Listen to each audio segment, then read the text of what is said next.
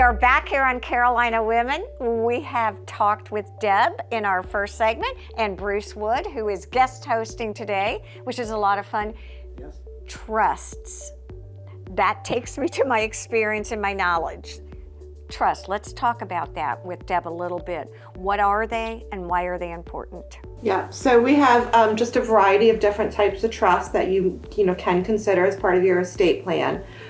Some people just want like a probate avoidance. They don't want to go through the probate process. Maybe they went through it and they didn't have a good experience. So we would put a house into trust. Okay. So that puts a new owner, and then we don't have to go through probate, hopefully.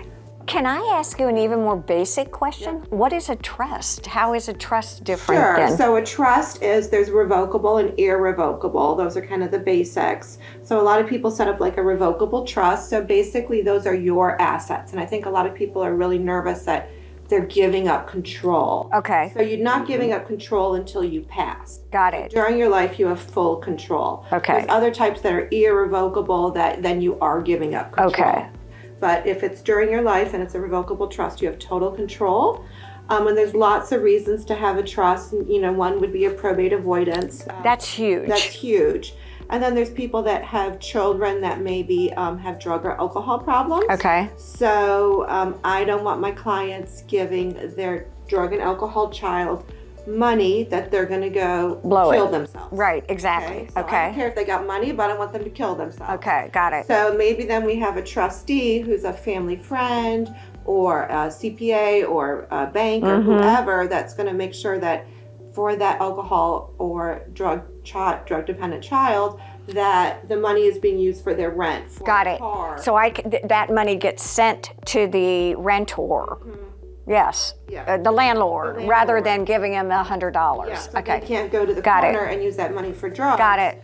But we can make sure that they are being taken Well, care you're of. still supporting the child, but you're supporting the child in a responsible way. Okay, that's really clear. So that's a really big one. And then as we were talking about during the break, there was also planning for a second marriage. So if someone passes and then the surviving spouse gets remarried, maybe we have two separate trusts where half of the assets, let's just say if the wife passed first, we have half the assets in the wife's trust. So that trust is now irrevocable. Got it.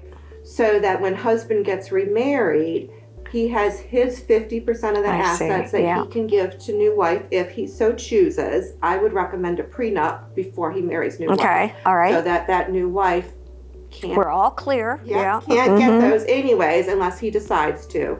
But then that other half, which the husband would have for his health, education, support, and maintenance, so he still has that money available for him. Got it. So if he needs to go to a super nice nursing home or something, that money is still there. But we're not allowing him to say, hey, I got a new wife. That money goes to her, not to our children.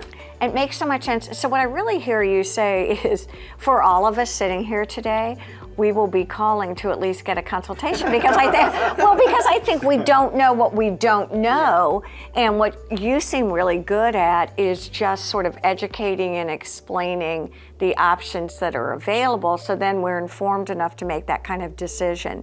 And the other thing I get from this discussion is the sooner you do that, the better. Coming in and chatting, there's no downside to that. There's no downside to that. I mean, it's just you need to explore all your options. Some people, just a nice little will does what they need. Okay. And there's reasons for that. Some people need a trust. Some people need a very complicated trust.